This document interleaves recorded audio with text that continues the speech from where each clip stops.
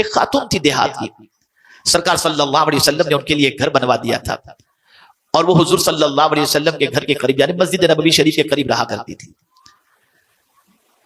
ایک دن بلکہ اکثر وہ ام المؤمنین حضرت عائشہ صدیقہ رضی اللہ تعالی عنہ کے پاس آیا جایا کرتی، وہ بڑی باتونی تھی، بہت بات کرتی رہتی تھی، اور جب بھی آتی تو ایک جملہ ضرور کہتی، وہ ہار والا معاملہ بھی کتنا عجیب تھا نا، وہ ہار والا معاملہ بھی کتنا عجیب تھا نا، بار بار جب بھی آتی تو یہ جملہ کہا۔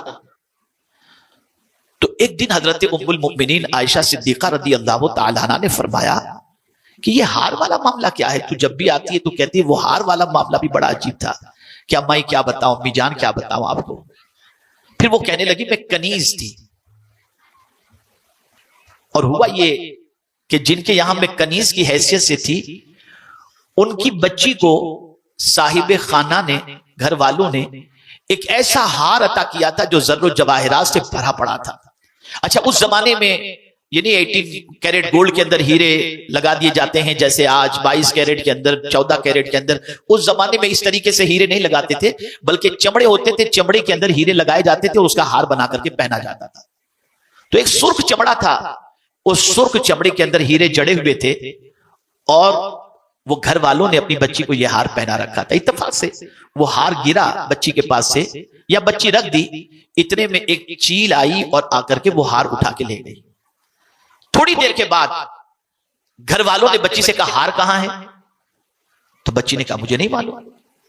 تو آپ جانتے ہیں کہ جب کبھی گھر میں ملازم ہو اور کوئی چیز غائب ہو جائے تو سارا غصہ اور سارا گمان جو ہے وہ اسی کی طرف ہوتا ہے۔ تو ایسے ہی ہوا، گھر والوں نے اس خاتون سے کہا کہ بتا ہار کہاں ہے؟ کہا میرے سامنے چل لے کر کے اڑی، چل لے کر چلی گئی۔ کہا تو جھوٹ بولتی۔ اتنا مارا کہ حدیث شریف کے اندر ہے کہ اس کی شرمگاہ تک کی تلاش بھی لی گئی کہ کہیں ہار تو وہاں نہیں چھپا کے رکھی۔ وہ اپنی بے گناہی پیش کرتی رہی کہ میں نے ہار نہیں لیا، چیل لے گئی، میں نے ہار نہیں لیا، چیل لے گئی، لیکن کوئی اس کی بات ماننے کو تیار نہیں۔ جب بہت اس کو مارا گیا اور برداشت نہیں ہوا تو پھر اس نے اپنا چہرہ آسمان کی طرف کیا، اور آسمان کی طرف چہرہ کر کے کہتی ہے میرے مالک تو سب جانتا ہے، میں نے اپنا معاملہ تیرے حوالے کر دیا، اور تیرا فرمان ہے جو تجھ پر بھروسہ کرے تو اس کے لیے کافی ہے۔ اب میرے کریم میں نے اپنا معاملہ تیرے سپرد کر دیا، میری بے گناہی کو تو ثابت کر دے۔ ابھی اس کے جملے مکمل نہیں ہوئے تھے کہ چیل وہ ہار لے کر اسی محفل میں آ کر کے پھینک کر کے چلی جاتی۔ آپ ذرا سوچو، زندگی میں اللہ عز و جل پر کامل بھروسہ کر کے دیکھو، وہ کبھی اس پر بھروسہ کرنے والے کے بھروسے کو ٹھیس نہیں پہنچاتا۔ ارے کبھی آپ نے دیکھا ایک چھوٹا سا پرندہ جس کا کوئی گھر نہیں ہوتا، وہ درخت کی ٹہنی پر، نہ رائٹ میں کوئی دیوار نہ لیفٹ میں کوئی دیوار، ایک پرندہ درخت کی ٹہنی پر بیٹھے بیٹھے سو جاتا ہے، اسے گرنے کا ڈر بھی نہیں ہوتا۔ اے پرندے تجھے ڈر نہیں لگتا؟ تو پرندہ جواب دے گا میں کیوں ڈروں، میرا پروردگار مجھے سہارا دینے والا موجود ہے۔ آپ ذرا سوچو، اللہ پر توکل کر کے دیکھو، اللہ پر بھروسہ کر کے دیکھو، اور کامل یقین کر کے دیکھو، اچھی طرح سے مانگ کر کے دیکھو، وہ تمہاری مصیبتوں کو دور فرمائے گا، وہ تمہاری پریشانیوں کو دور فرمائے گا۔ اے خواتین اسلام، آج سب سے بڑا مسئلہ یہ ہے، جملہ یاد رکھیے گا، ہمیں سب پر بھروسہ ہے، رب پر بھروسہ نہیں۔ اور ضرورت یہ ہے کہ رب پر بھروسہ کرو، اس لیے کہ وہ اس پر بھروسہ کرنے والوں کے بھروسے کو ضائع نہیں فرماتا، ٹھیس نہیں پہنچاتا۔ میرے پیارے آقا صلی اللہ علیہ وسلم کے دیوانوں اور خواتین اسلام، تو آج میرا پیغام آپ سب کو یہ ہے کہ مصیبت اللہ کی طرف سے ہے، لیکن مصیبت جو آتی ہے اگر گناہ کی طرف، گناہ کی وجہ سے آتی ہے تو اللہ تعالیٰ بہت سارے گناہوں کو معاف فرما دیتا ہے، اور یہ چھوٹی سی مصیبتوں کے ذریعے کچھ گناہوں کا کفارہ اسے بنا دیتا ہے۔ اور کبھی مصیبت آتی ہے، اللہ اپنے قریب کرنے کے لیے کسی کو مصیبت میں گرفتار کر دیتا ہے۔ مصیبتیں آتی ہیں، بندہ اللہ کی بندگی میں لگ جاتا ہے، مصیبتیں آتی ہیں، بندہ تلاوت میں لگ جاتا ہے، مصیبتیں آتی ہیں بندہ تہجد گزار بن جاتا ہے، مصیبتیں آتی ہیں اللہ کو پکارنے والا بن جاتا ہے، مصیبتیں آتی ہیں اللہ کے رسول پر درود پڑھنے والا بن جاتا ہے۔ تو کبھی مصیبتیں اس لیے آتی ہیں کہ جو بندہ خدا سے دور ہو گیا تھا خدا اس کو اپنے سے قریب کرنا چاہتا ہے۔ اللہ اکبر۔ اسی لیے کسی کہنے والے نے کیا خوب کہا، اور اسے آپ ذہن میں رکھیں، بڑی پیاری بات ہے سمجھنے کے لائق۔ اللہ اکبر۔ روزانہ صبح کو دولت اور بیماری دونوں کے درمیان گفتگو ہوتی ہے۔ بیماری جو ہے وہ دولت سے کہتی ہے اے دولت تو کتنی خوش نصیب ہے کہ ہر کوئی تجھے پانا چاہتا ہے، اے دولت تو کتنی خوش نصیب ہے کہ ہر کوئی تجھے پانا چاہتا ہے اور تجھے پانے کے لیے رات و دن محنت کرتا ہے۔ تو دولت جواب میں بیماری سے کہتی ہے بیماری تو خوش نصیب ہے۔ کہا کیسے خوش نصیب ہے؟ تو بیماری کو وہ جواب دیتی ہے دولت کہ دیکھ جب تو کسی کو آتی ہے تو اس کی وجہ سے اس کے گناہ معاف ہو جاتے ہیں یا درجات بلند ہوتے ہیں۔ اللہ اکبر۔ اب اس کے بعد وہ دولت کو کہتی ہے، بیماری دولت سے کہتی ہے اے دولت تو خوش نصیب ہے کہ تیری حفاظت کا انتظام آدمی کس کس طریقے سے کرتا ہے۔ تو دولت جواب میں کہتی ہے کہ نہیں، میری حفاظت کا انتظام تو اپنی جگہ پر، لیکن مجھ سے زیادہ تو خوش نصیب ہے۔ اس کے بعد بیماری نے جواب میں کہا اچھا چل دولت تو یہ بتا میں کیسے خوش نصیب ہوں۔ اب اس جملے کو یاد رکھیے گا جو دولت نے بیماری سے کہا ہے۔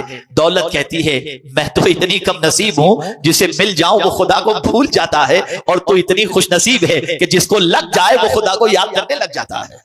آپ اندازہ لگائیں جو مصیبت ہے وہی مصیبت ہمیں خدا سے قریب کر رہی ہے۔ تو اے رسول اعظم صلی اللہ علیہ وسلم سے محبت کرنے والیوں اور آقا کریم صلی اللہ علیہ وسلم کی محبت کا دم بھرنے والیوں، مصیبت پر گھبراؤ نہیں۔ وہ لوگ جو مصیبتوں کی دوری کے لیے غلط راستے کو اختیار کرتے ہیں وہ اپنی دنیا بھی برباد کرتے ہیں اور مزید مصیبتوں کو دعوت دیتے ہیں۔ جو لوگ مصیبتوں میں خدا کو یاد کرنے لگ جائیں، مصطفیٰ جان رحمت صلی اللہ علیہ وسلم کو یاد کرنے لگ جائیں، اللہ عز و جل ان کی مصیبتوں کو بھی دور فرما دیتا ہے اور دونوں جہاں کی نعمتوں سے مالا مال بھی فرما دیا کرتا ہے۔ مصیبت کی وادیوں سے کون نہیں گزرا؟ پورا قرآن بھرا پڑا ہے انبیاء کرام کی مصیبتوں کا۔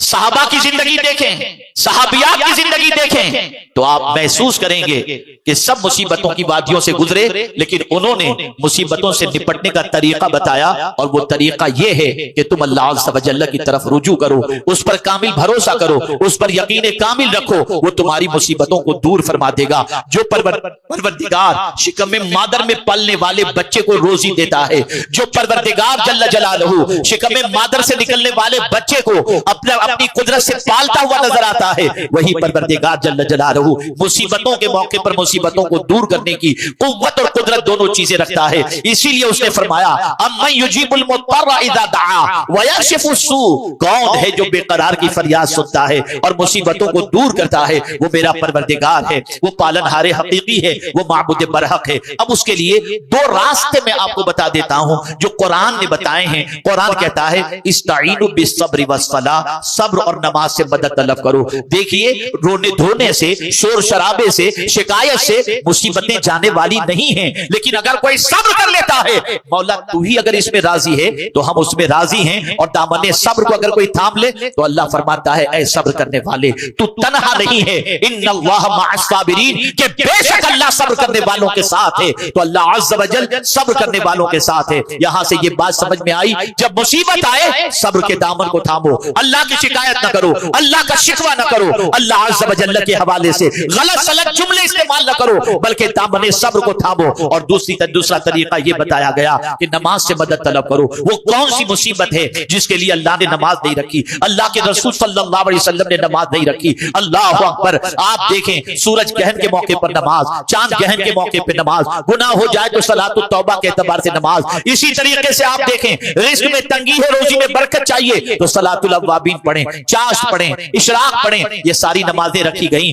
مر جائے کوئی تو نماز جنازہ، خوشی نصیب ہو تو عید کی نماز، یہ ساری چیزیں اسی لیے رکھی گئیں تاکہ اس کے ذریعے بندے کو راحت کی دولت نصیب ہو جائے، اطمینان کی دولت نصیب ہو جائے۔ تو آج میں آپ کو یہ پیغام پیش کروں گا کہ جب کبھی مصیبتوں کے پہاڑ ٹوٹ پڑے تو گھبرانا نہیں، صبر کے دامن کو تھامنا، اللہ کی شکایت ادھر ادھر مت کرنا۔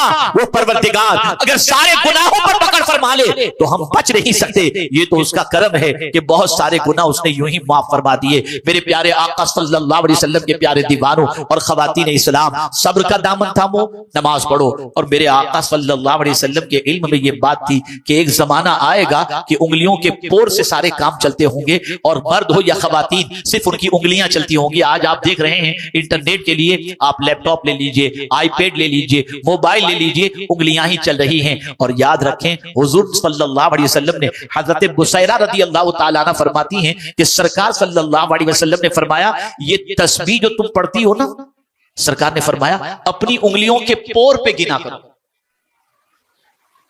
اپنی انگلیوں کے پور پر یہ تسبیح کو گنا کرو، اس لیے کہ قیامت کے دن یہ پور گواہی دیں گے۔ اب کیا کر رہی ہو اس کے ذریعے؟ لیپ ٹاپ پر بیٹھ کر یہ انگلیوں کے پور کا جو استعمال کر رہی ہو، اگر گناہ کے اندر تو یہ پور قیامت میں گواہی دیں گے، اور اگر ان انگلیوں پر تم تسبیح گن رہی ہو تو یہ پور قیامت میں اللہ کی تسبیح پر گواہی دیں گی۔ سرکار نے تاکیدن غالباً ابو داؤد شریف کی یہ حدیث ہے، حضور صلی اللہ علیہ وسلم نے یہ ارشاد فرمایا ہے۔ تو خواتین اسلام کہیں بھی رہ کر کے گناہ نہیں کر سکتی، لیپ ٹاپ پر، یوٹیوب پر جا کر، کسی بھی اعتبار سے یہ فنگر جو ہے، اس کا جو پور ہے، اس کا استعمال بھی اگر غلط ہو رہا ہوگا تو یہ بھی کل بروز قیامت گواہی دیں گی۔ اب ایک آخری بات عرض کر کے میں اپنی گفتگو کو ختم کرتا ہوں۔ میرے پیارے آقا صلی اللہ علیہ وسلم کی پیاری دیوانیوں، رسول اعظم کی محبت میں زندگی گزارنے والیوں، ذرا سنو، عورتوں کے کارنامے کو سنو۔ جانتی ہو آپ سرکار صلی اللہ تعالی علیہ وسلم مسجد نبوی شریف میں جب خطبہ دیتے تو اس توانے حنانہ جو ہے، کھجور کا جو تنا تھا، سرکار صلی اللہ علیہ وسلم اس کو ٹیک لگا کر کے خطبہ دیا کرتے۔ ایک انصاریہ خاتون نے سب سے پہلے ممبر بنانے کا شرف حاصل کیا، اور سب سے پہلا اسلام میں اگر ممبر بنا کر کسی نے سعادت حاصل کی ہے تو کسی مرد نے نہیں، خاتون ہی نے یہ سعادت حاصل کی۔ اس نے حضور کے لیے ممبر بنا کر کے دیا۔